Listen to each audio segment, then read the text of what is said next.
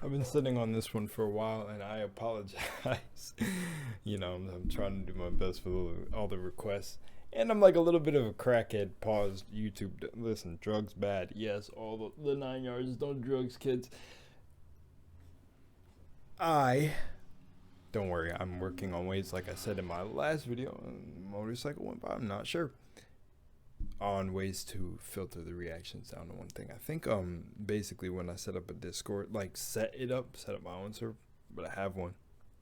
It's gonna be a good way to do things and start funneling. Like I said, if there's a video that you absolutely want to see me react to and want to see like it done, try to avoid the comments. I haven't been saying it in videos because I just honestly, I just leave it alone because there's like a whole bunch of steps that I'd be like just get lost in my mind that I try to set for myself, and I just need to focus on just doing it, and just enjoying it.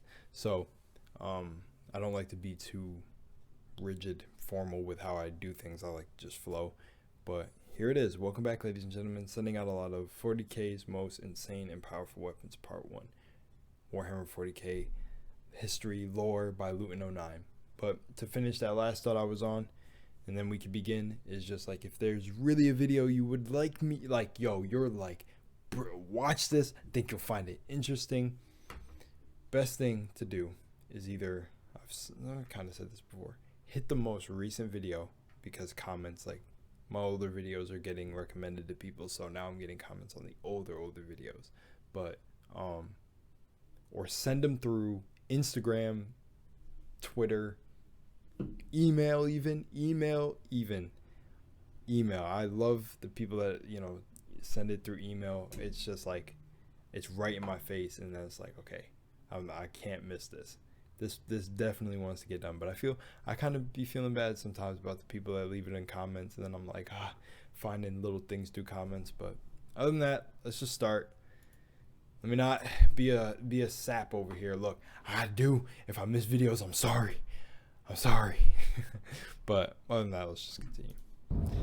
We're gonna cut this one up into parts too. 45 minutes. Ugh. So where will we end at? We've got STC and Eldar. Eldar would be 16.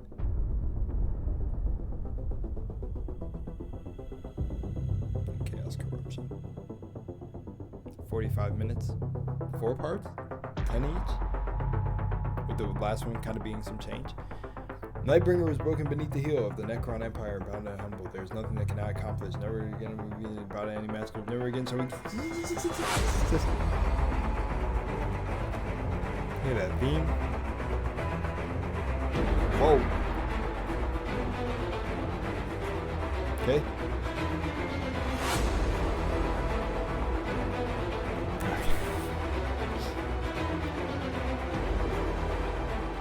Oh, Slanesh.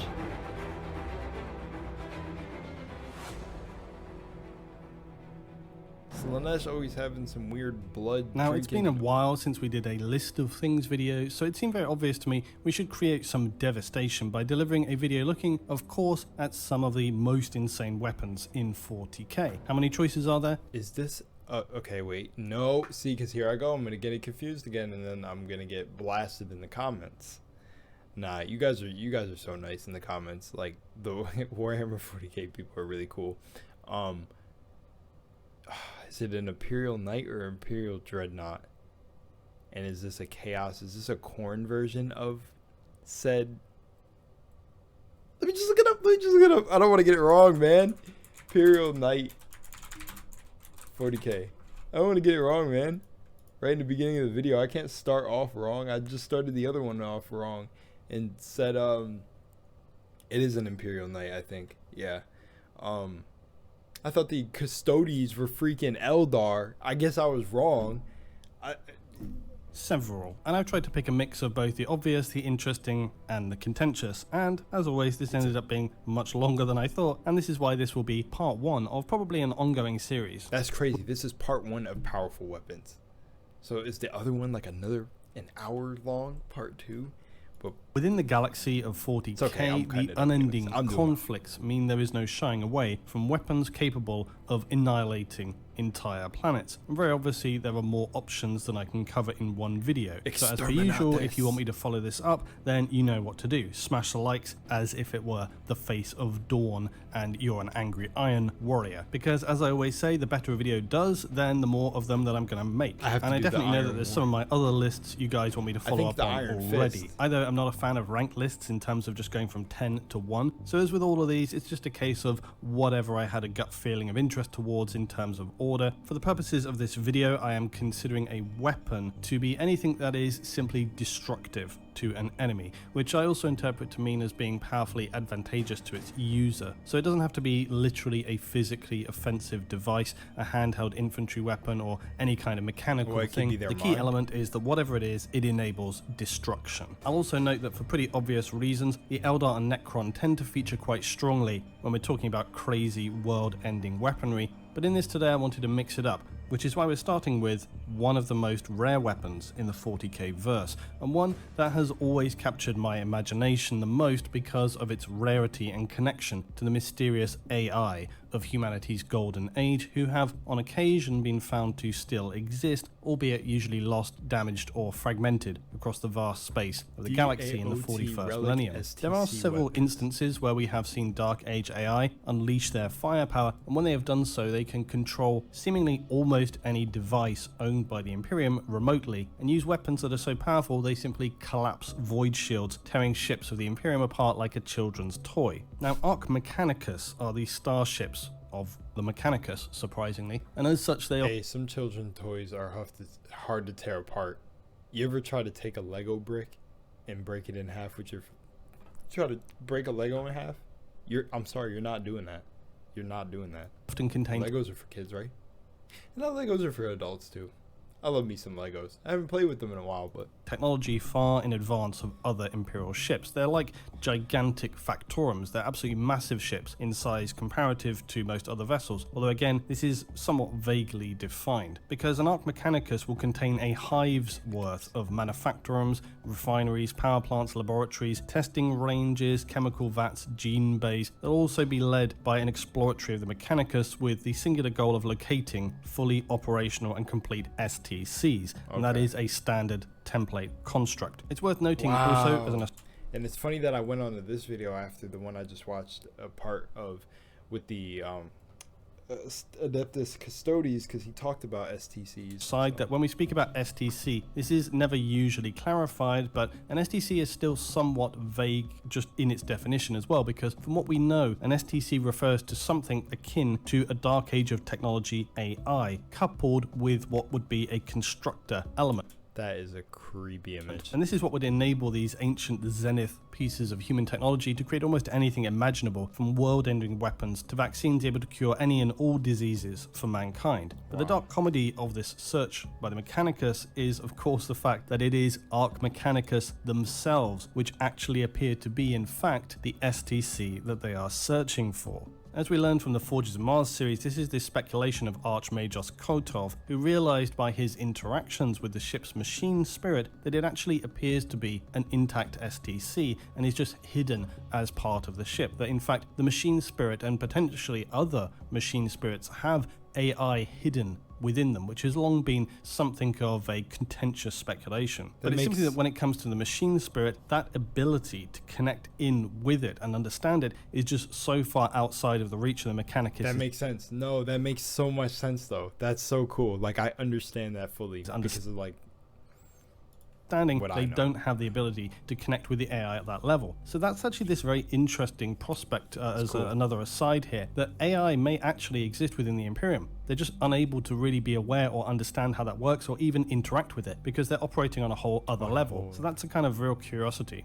But specifically in the first book, Priests of Mars, Kotov is able to connect with this latent AI contained within the Arch Mechanicus ship, the Speranza, and he notes as he deep dives into the gigantic ship's machine spirit his observations, where he says he's seeing systems flicker past his floodstream that were as alien to him as anything that the most secretive xenotech might dream of in his fevered nightmares. and technological echoes of machine spirits that surely predated the Imperium itself. Power generation that could harness the galactic background radiation to propel ships beyond light speed. Weapon tech that could crack open planets, and event horizon machines that had the power to drag entire star systems into their light and time-swallowing embrace. All this and more dwelled here, ancient data, forgotten lore, and locked vaults where the secrets of the ancients had been hidden. In this one fleeting glance, Kotov realized that he had been a fool to drag this proud starship into the howling emptiness of space in search of hidden secrets. The Speranza was the greatest secret of all, and in its heart it held the truth of all things, the key to unlocking all that the Mechanicus had ever dreamed. Yet that knowledge was sealed behind impenetrable barriers, bound in the heart of the mighty vessel for good reason. The knowledge of the men of gold and their ancient ancestors was encoded in its very bones, enmeshed within every diamond helix of its structure. So this Speranza AI interaction is actually something which raises a lot of questions that I don't have time to get into now, but I will happily discuss in the future. It gets pretty heavy and very speculative as to just at what level this kind of Dark Age tech actually exists, and that perhaps in fact does not even require what we would consider to be a physical system to continue existing, which goes towards this glimpse. So like almost like the warp kind of thing. It's like it's just your consciousness basically as a whole, like the collective consciousness. It's almost like the dark tucked away part to operate of the sum total of knowledge that Zeth had hoped to achieve. The point is, though, that the Speranza's AI, or STC, whatever you want to call it, aids the Mechanicus who are being attacked by Eldar ships. They have little to no chance of success and are facing destruction. And this is where we see the true power contained in these relic weapons from the Dark Age of technology. Now, I should note these are not available generally to be used by the Imperium, because they are only seen to be used by a cooperative AI STC, as in other instances, a demonstration of its power. In fact, the Speranza's machine spirit AI STC whatever helps simply to flex its technological muscle, not because it actually cares for the mortal insects that it happens to be cohabiting with. This is one of the main reasons that I love weapons from the Dark Age of technology, because not only are they completely insane, but usually the context of their operation is often just... I just touched my tattoo. Ouch. A grumpy machine spirit STC AI who helps out just because is basically like, oh, okay, you dumb mortal things, I'll save you just this one time. So when the Mechanicus ship begins to activate its weaponry, most of the Mechanicus on the ship end up suddenly becoming very fearful, a little panicked, standing in awe of this ship, essentially becoming self-aware and operating without this input. All sorts of devices and lights and inputs and displays are lighting up all over the ship that have never operated before. Makes sense. Okay, so it's almost like it kind of reminds me of like the Princeps in a way. I don't know if their like machine spirit is exactly the same, but I mean everything's connected, and you would imagine in the world like Warhammer 40K would do the whole connecting thing too. Like, okay, I was gonna pull that whole trope where like, you know, like the villain and the hero are standing at each other, but they're one and the same kind of thing. Okay, never mind. They're different perspectives of the same thing, but that's what I mean here. So like the Princeps is not on a crazy level of like an entire ship, but it's the same sort of concept in Warhammer 40K, right? Or it is the same, right? Because machine spirit. But nonetheless, going back to that and calling back to that, that made me think about how like the Princeps basically was like, I don't want to spoil it if no one knows, but you know, kind of took control of the night. It was control, bro. I'm see, this is why I sometimes be like getting in my head. Like the Warhammer, like doing the Warhammer videos are the only thing that get me in my head, because I feel like, you know, I'm not researched enough for as many videos as people want me to cover, and then I start stuttering and stumbling over my words because I'm like, damn, like I hope I'm making sense. You know, at least that. I will, hopefully I make sense to the ones that get what I'm saying.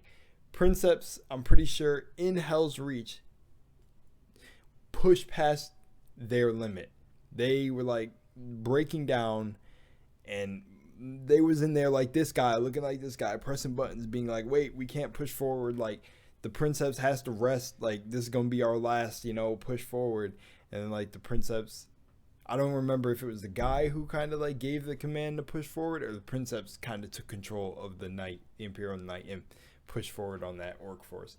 I can't remember, but I'm saying that's basically the same sense here.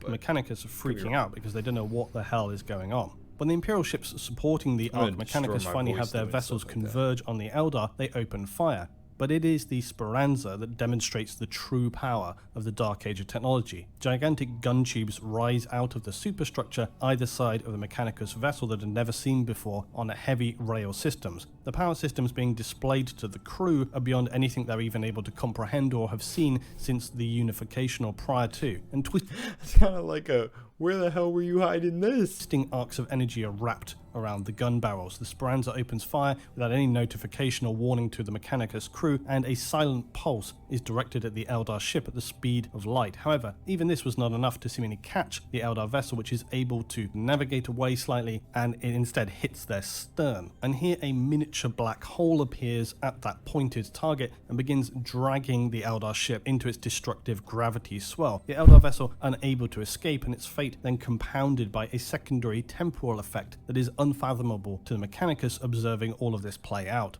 So I was about to say, imagine sleeping during this, but I'm pretty sure everybody would be alert if there was like an Eldar and like the ships coming into a skirmish, that everybody would be awake. But just like, I love how they say like there was no warning of the blast, or like I love how Luetin said there's no warning to them of the blast, or like the ship just taking control and shooting. And just imagine just like being chilling and just hearing, you're like, what the Xenos ship was then afflicted by this deadly energy wave sweeping across it, which was shifting it a nanosecond into their past, forcing identical neutrons into the same quantum space. The Arch Mechanicus ship essentially had forced the Eldar ship to occupy the same space and time as itself at a molecular level, and the resulting energy released by this was obviously apocalyptic.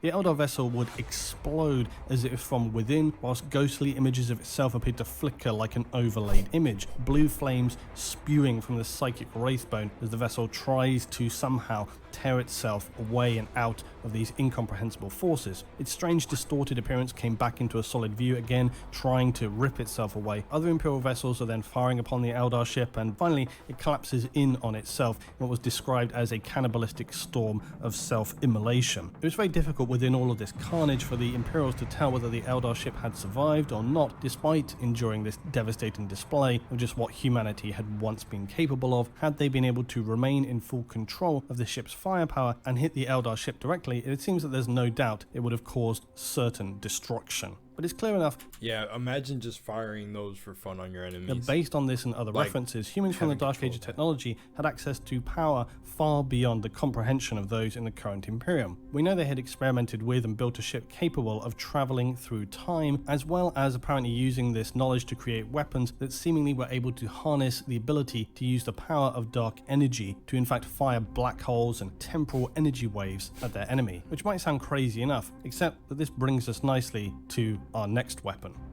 And before we get to that, Eldar distortion weapons. Love me some Eldar. See, and that's what's funny. Where we're getting at. Oh, I paused the video at 11:11. Funny enough, for you repetitive numbers people, we got an 11:11 in there. But no, in all seriousness, that just made me think about something.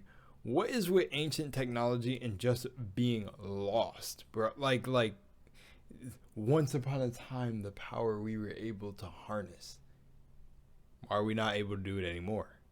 It's like in every fantasy world, it's something like that. And you know, it's funny because it really does show our world, because once you do your research and get deep enough in that esoteric research, you start to realize that ancient civilizations were way more advanced than we think, and they continue to hide that. I'm not sure why. But here's the thing, that's just so weird. We had these powers, can shoot literal spaghetti black hole, I was going to say spaghetti causing black holes, on top of your dome piece. And we just stopped using the technology because, what happened? We got bored. We erased all the competition in the universe, so we had to create more. What happens to where they were able to harness this and then they stopped? It says it was humanity able to harness it. So what? I'm assuming around that time there's still other races. What happened? We got the Eldar next. We got the Eldar distortion weapons. So what happened? The Eldar literally the weapons just keep going up in these parts. I don't even know. I feel like it's like that Dragon Ball Z thing. Everybody knows about Goku, right? We can even bring up Superman. Like literally everybody knowing about Goku and Superman is eventually why they came to fight. It's two powerful people. I feel like you hit a certain level of power if it can come to weapons or anything where it just like gets it's cool, but then it gets like boring. What are they gonna do? We get it. They're super OP, always gonna win. Which I'm certain with the the 40K's most insane and powerful weapons. Each like faction is gonna have their own powerful weapon, so it kind of cancels and balances each other out. But I just think when you like talk about that, like these world-ending capabilities, what were they doing at the time with those world-ending capabilities? Like, what's Goku doing at the end of his universe? There's nobody can beat him, right? In a sense, nobody can beat him unless the writer literally wants somebody to beat him, but he's not written to be beaten. Same with Superman, but I don't actually know. I don't want to get too deep into that because I don't actually know DC that well. But I've seen videos talking about the ridiculous like nerfs that Superman receives at times. Like damn near like you should just say Superman, certain versions of Superman could like rewrite time. Like, you know what, like here, this is gonna be a JoJo reference. This is free of charge. Leave you with this. In JoJo's Bizarre Adventure, it's an anime. For maybe you guys don't watch anime, but there's a character that on my Twitter, if you see my profile picture, did I leave it the same? I hope I did because I loved making that picture. Yes, I did. I put Gold Experience Requiem behind my head. So go to Twitter to see the picture if you want. You don't have to, but also stay updated and send me videos. In that, in the show, in part 4, there's a character which I don't want to spoil. So if you're gonna watch JoJo's Bizarre Adventure or you don't care about spoilers, then keep listening. If you do, don't listen to this part. But pretty much Gold Experience Requiem is the name of this guy's stand. Now to explain stands real quick, simply, they're your willpower manifested into. So like literally your soul manifested the fight for you. And depending on like, I get a little bit more detail I can give. I think it also depends on like your soul, like your fighting spirit manifested. So like if say if I had a stand, it'd probably like, I don't know. It's like based on willpower, I'll just say, right? But like you can probably have a stand if you're like kind of like it's like they don't discriminate, but they just like match your personality. That's what I'll say, or like dreams you have. Now, Gold Experience Requiem, we can say in terms of this, is a weapon of the mind. Stands are a weapon of the mind and the soul, like connected, I swear. But this dude has the ability to basically, if you attack him, it can unconsciously activate, and it can operate on levels that Giorno, the stand user himself, doesn't comprehend, or he won't even know what will happen, because Gold Experience Requiem basically unravels and ravels and interravels and outer ravels anything that has ever even happened. So in turn, Goku wouldn't even beat him, because like you go to hit him and technically you did and did not hit him. That's the power. That's like the funny definition of the power to everyone in the universe, is his stand literally does and does not. That's the definition of how powerful it is. You did and did not do everything that you're about to see infinitely. He basically, like some people made videos talking about the person he fight, did he deserve to die like that? He basically punched a guy into an endless loop of deaths. Like he did and will not ever do anything till the end of time. Yeah, it's wild. So, I think when you start getting like weapons like this, it goes to that sort of climb that I'm talking about. What do you even do when you're that powerful? I like how JoJo's Bizarre Adventure runs it. Is Giorno just became a mob boss at the end. That's pretty much it. And then I think he like had a vacation out in Florida. Like literally the story. But like that's what I mean. What are they doing? They like were wiping out all the competition that they said, you know what? They said screw it, like just for fun, let's hide this technology all over the place and actually make some of the technology itself aware that they're a part of this ancient AI technology, and let's just throw the rest away for fun so they go on this search later on. With the decline, I'm sorry. Maybe I'm going too far in the thoughts. Okay, I'm gonna stop. Much love in Moonlight. I'll see ya. Oh, why do y'all watch me?